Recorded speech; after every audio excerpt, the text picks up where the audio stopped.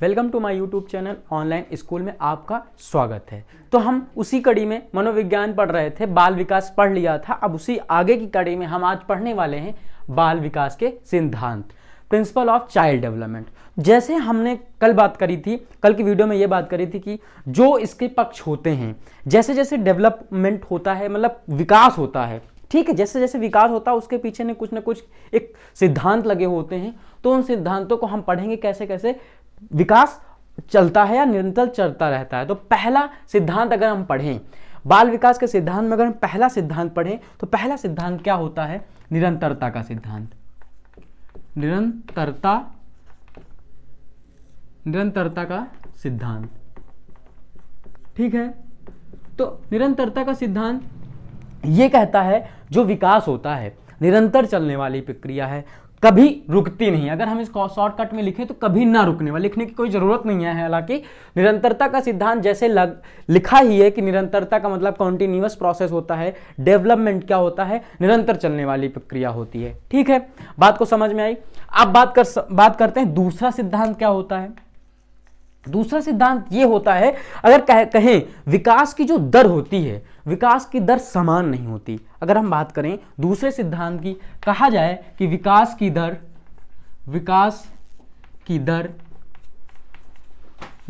समान नहीं होती,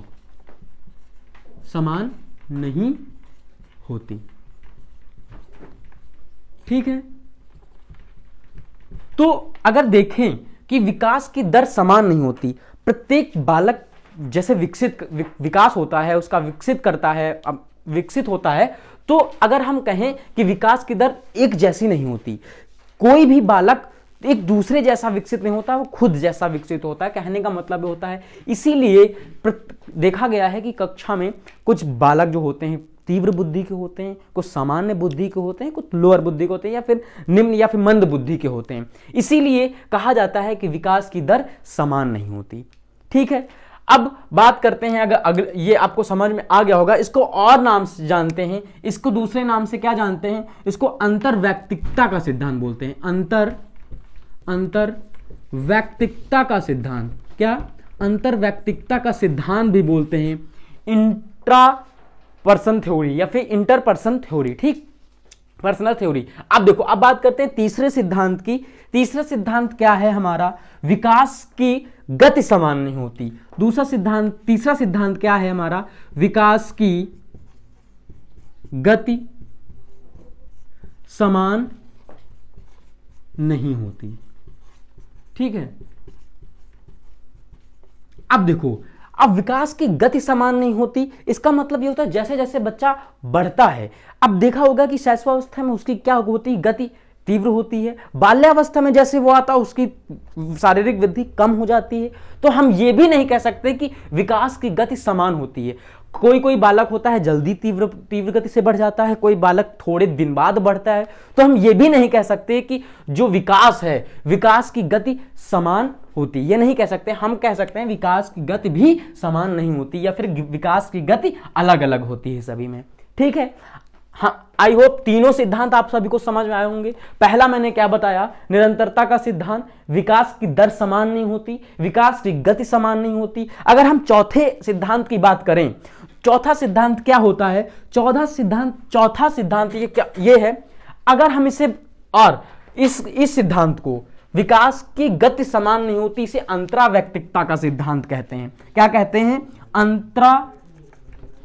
अंतरावैयक्तिकता का सिद्धांत, ठीक है। अब देखो, अब हम चौथे सिद्धांत की ओर बढ़ेंगे, और चौथा सिद्धांत क्या है? बहुत इंटरेस्टिंग है। यह सिद्धांत कहता है विकास का प्रतिमान समान होता है सभी बालकों में, चाहे वो इंडिया का बालक हो, चाहे अमेरिका का हो, चाहे किसी भी देश का हो, उसका प्रतिमान समान होगा। अब लिख लेते हैं कि विकास का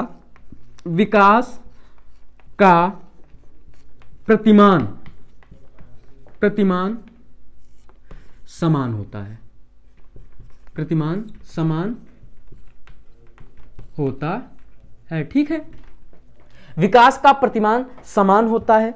अब इसकी बात करेंगे, जब तक अगर हम बात करें, कोई भी बालक जब तक बैठेगा नहीं तब तक चलना नहीं सीखेगा, ठीक है, सभी सभी चीजें, जैसे हम विकास का प्रतिमान अगर उसका पैटर्न समान होता है, शैशवावस्था, बाल्यावस्था, किशोरावस्था, सभी पैटर्नों से उसे गुजरना पड़ेगा प्रत्येक बालक को। ये नहीं कह सकते कि कोई जल्दी सीख जाएगा, कोई बाद में, कोई पहले चलना सीख जाएगा, ये नहीं कह सकते।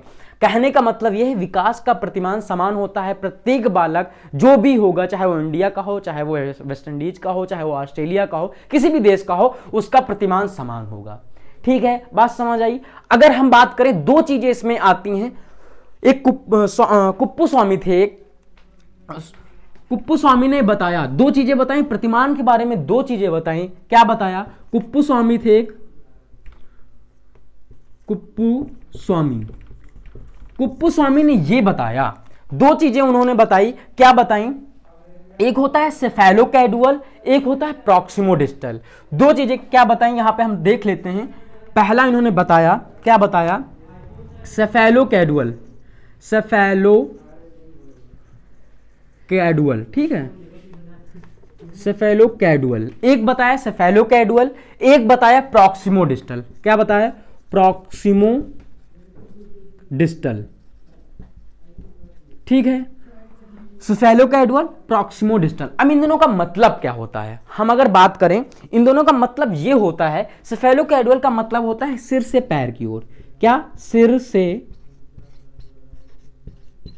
पैर की ओर। इसी पैटर्न से बच्चा बढ़ता है आगे। ठीक है, ये दो चीजें बताई, सेफेलोकैडुअल सिर से पैर की ओर, इसे कहते हैं केंद्र से परिधि की ओर। केंद्र से परिधि की ओर पहले जो भी डेवलप होगा हमारे शरीर के अंदर, जैसे हम शरीर से एग्जांपल लें तो हमारे अंदर की चीजें पहले डेवलप होंगी, फिर बाहर की चीजें। तो क्या होगा? केंद्र से परिधि की ओर। केंद्र अंदर, परिधि मतलब बाहर। अगर कोई सर्किल बनाए तो केंद्र से परिधि की ओर का मतलब होता है ये केंद्र है हमारा, परिधि ये है, तो ये परिधि है और ये केंद्र है, केंद्र से परिधि की ओर। ठीक है, बात समझ में आई? आप देखो आगे बात करते हैं। देखो दिख रहा है ना यहाँ पे। ठीक है, सेफेलोकैडुअल, प्रॉक्सिमोडिस्टल, हमने इतनी बात करी। अब जगह नहीं बची, इसको मिटा सकते हैं। अगर देखो फिर से मैं बता दे रहा हूं, निरंतरता का सिद्धांत, विकास की दर समान नहीं होती, गति समान नहीं होती, विकास का प्रतिमान समान नहीं होता। प्रतिमान में कुप्पू स्वामी ने क्या बोला था? दो चीजें उन्होंने बताई थी, एक बताई थी सेफेलोकैडुअल, दूसरी बताई थी प्रॉक्सिमोडिस्टल।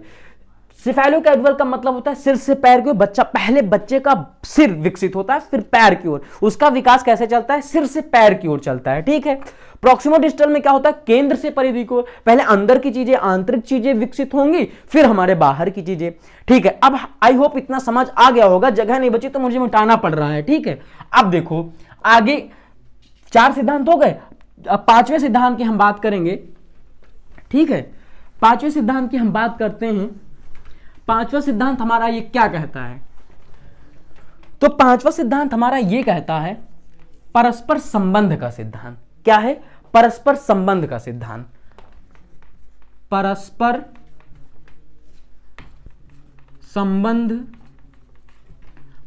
संबंध का सिद्धांत। ठीक है, परस्पर संबंध का सिद्धांत, जैसे मैंने आपको कल बताए कि विकास, बाल विकास के 4 एस्पेक्ट बताए थे हम आपको, शारीरिक विकास, मानसिक विकास, सामाजिक विकास और संवेगात्मक विकास। 4 एस्पेक्ट मैंने बताए थे, उन्हीं चारों लिख भी देते हैं यहां पे किनारे। देखो परस्पर संबंध का सिद्धांत का मतलब क्या होता है? सारे सिद्धांत, जैसे मैंने आपको बताया 4 एस्पेक्ट होते हैं उसके। क्या होता है? पहला शारीरिक होता है, शारीरिक, ठीक, दूसरा मानसिक, ठीक, सामाजिक और चौथा क्या होता है? संवेगात्मक, ठीक, संवेगिक कह सकते हैं। ठीक, देखो ये 4 एस्पेक्ट मैंने बताए थे। देखो परस्पर संबंध का सिद्धांत ये कहता है कि चारों एस्पेक्ट क्या हैं? एक दूसरे से संबंधित हैं, इनको अलग नहीं किया जा सकता। देखो हम समझाते हैं। देखो शारीरिक विकास है, किसी बालक को अगर शरीर से प्रॉब्लम है, शरीर से शिथिल अगर बीमार है तो उसका मेंटल डेवलपमेंट भी प्रभावित होगा, समाज में भी वो कटने लगेगा और संवेग तो उसके प्रभावित होंगे ही।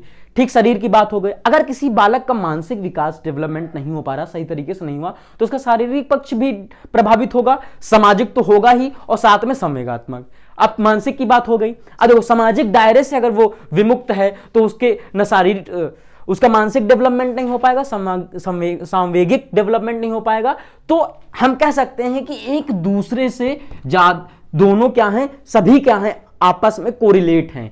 परस्पर संबंध का सिद्धांत यही कहता है।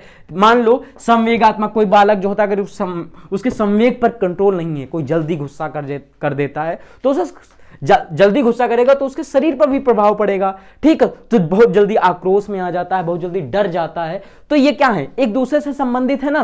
तो अब बात करते हैं आगे की क्या बात करें। तो परस्पर संबंध का सिद्धांत सिर्फ इतना कहता है कि ये चारों जो हैं ये आपस में ही कोरिलेट होते हैं। तो एक क्वेश्चन भी पूछा गया था टीटी में, शायद एक क्वेश्चन था कि संवेग ही बुद्धि। अगर आप देखेंगे प्रीवियस उठा के, तो संवेग को क्या बोला गया था, संवेग ही बुद्धि। तो इसका मतलब क्या है, संवेग जो है मानसिक से इन्होंने कोरिलेट करा था। तो इसका मतलब यही हुआ ना कि एक दूसरे से ये क्या है, संबंधित है। ठीक है, आई होप इतना समझ आया होगा। अगर हम छठवें सिद्धांत की बात करते हैं, ठीक आगे की बात करते हैं, ये लिखा रहने देते हैं। छठवें सिद्धांत हमारा एकीकरण का सिद्धांत। एकीकरण का सिद्धांत लिख देते हैं, एकीकरण का सिद्धांत। ठीक है, एकीकरण का सिद्धांत, बात को समझने का प्रयास करना। एकीकरण का मतलब क्या होता है आखिरकार।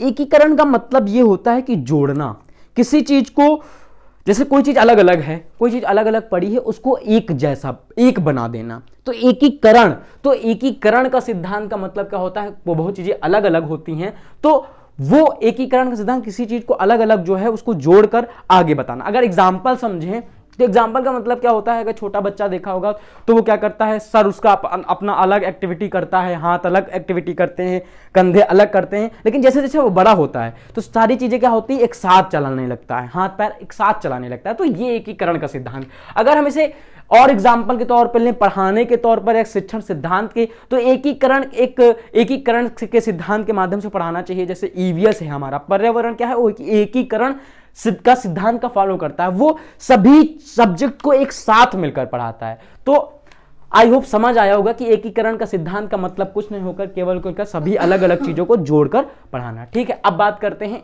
अगले सिद्धांत की। अगला सिद्धांत हमारा क्या है, सातवां सिद्धांत हमारा ये कहता है कि विकास जो होता है सामान्य से विशिष्ट की ओर होता है। क्या होता है, जो विकास होता है सामान्य से विशिष्ट की ओर चलता है, विशिष्ट की ओर चलता है, की ओर होता है या चलता है। ठीक है, सामान्य से विशिष्ट की ओर का मतलब यह होता है, पहले बालक सामान्य चीजें सीखता है, फिर विशिष्ट चीजें सीखता है। जैसे कोई भी, जैसे हो गया, मान लो हम लेते हैं मां और मम्मी। ठीक है, तो मां पहले क्या है, सामान्य है, फिर मम्मी क्या है, विशिष्ट है। कोई भी शब्द ले सकते हैं, जैसे रोटी बेलना। देखो हम बताते हैं, रोटी बेलना दैनिक जीवन में अगर हम देखें, आटा मारना, सानना, बेलने तक क्या है, सामान्य क्रियाएं हैं। अगर उसे सेक दिया जाए तो वो विशिष्ट क्रिया हो गई। तो सामान्य से विशिष्ट की ओर, रोटी का डेवलपमेंट हुआ कैसे, सामान्य से विशिष्ट की ओर। ठीक है, तो हम बात सामान्य से विशिष्ट की ओर विकास होता है। अब हम बात करेंगे एक ऐसा, जैसे और एक आठवां जो है विकास जो होता है, एक आठवां सिद्धांत ये कहता है कि विकास जो होता है वर्तुलाकार होता है। विकास वर्तुलाकार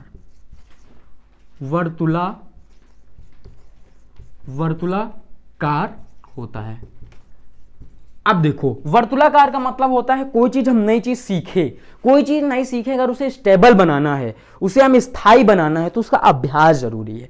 मान लो हम कोई चीज सीखे, मान लो यही सिद्धांत सीखे, लेकिन इस सिद्धांतों को हमें याद करना है या पढ़ना है, इसे वर्तुलाकार, इसका विकास, वर्तुलाकार का मतलब होता है वही चीज रिवाइज करना।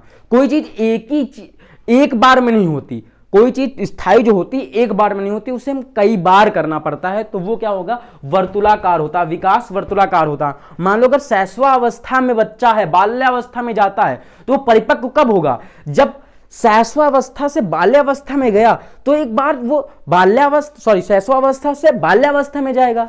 ठीक है, लेकिन जब वो बाल्यावस्था में परिपक्व होता है तो एक मिड अवस्था एक आती है जो घूमकर फिर से उसको परिपक्व बनाती है, तब वो बाल्यावस्था में पहुंचता है। ठीक, बात ये है कि विकास जो होती है वर्तुलाकार होती है। जैसे कोई चीज मैंने सीखी तो उसका रिवीजन करना, एक हिसाब से यही कह सकते हैं कि विकास एक वर्तुलाकार होती है। ठीक है, किसी चीज को स्थायी करना, वर्तुलाकार का मतलब ऐसे स्पाइरल मूवमेंट में, ठीक है, रिंग टाइप में या स्प्रिंग टाइप में। जैसे कोई चीज हमने सीखा यहां गए, फिर उसको स्थायी बनाना, फिर से हम यहां गुजरे, कोई चीज फिर से ऐसे गुजरे। ठीक है, तो ये है हमारा क्या, वर्तुलाकार। ठीक है, ऐसे ऐसे। ठीक है, कोई चीज स्थायी होती है तो उससे रिपीटिंग होती है, जो ये रिपीटिंग है यही हमारा वर्तुलाकार है, मतलब यही चीज स्थायी बनाती है। ठीक है, बात समझ में आई। अब एक लास्ट है, और सारे सिद्धांत हैं। ठीक है, देखिए 9th वाला सिद्धांत जैसे है कि विकास की भविष्यवाणी की जा सकती है। क्या है, लास्ट है हमारा। ठीक है, विकास की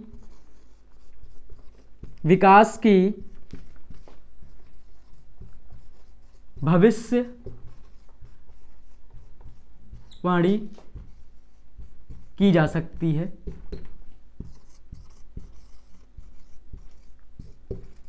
ठीक है, तो विकास की भविष्यवाणी की जा सकती है। अगर हम देखें किसी बालक को छोटे से लेकर बड़े तक, जब तक आप उसे मेजर करते रहें तो उसके क्रियाकलापों से यह पता चल सकता है कि बालक आगे क्या करेगा भविष्य में। तो हम कह सकते हैं विकास जो होता है क्या होता है, एक विकास की भविष्यवाणी की जा सकती है। तो आज की वीडियो में हमने क्या पढ़ा, आज की वीडियो में हमने ये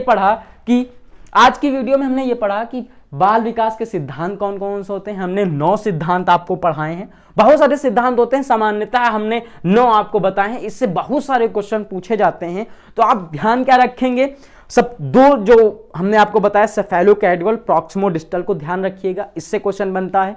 ठीक है, सिर से पैर की ओर ऑप्शन दे देगा सेफेलोकैडवल, प्रॉक्सिमोडिस्टल और 2 और, तो उसको ध्यान रखिएगा। एक और देखता है विकास का दर समान नहीं होती, विकास की गति समान नहीं होती, प्रतिमान समान होता है। इन तीनों पर फोकस करिएगा और सामान्यीकरण और एकीकरण पर फोकस करके जाइएगा, बिल्कुल आपको क्वेश्चन मिलेगा। तो आई होप आपको ये वीडियो अच्छी लगी होगी। बहुत बधाई दे दीजिए बच्चों को। तो 23 तारीख को जो भी जा रहे हो पेपर देने, सभी को बधाई, और बहुत अच्छा करेंगे आप लोग, मुझे पूरा भरोसा है। ठीक है, और सब्सक्राइब लाइक जरूर करते रहिए। अगर आपको आप प्यार दिखाते रहिए, मैं आपको वीडियो लाता रहूंगा। आप ही हमारा मनोबल है। ठीक है, अगर आप लाइक शेयर करते रहिए। ठीक है, तो आज की वीडियो में बस इतना ही, धन्यवाद।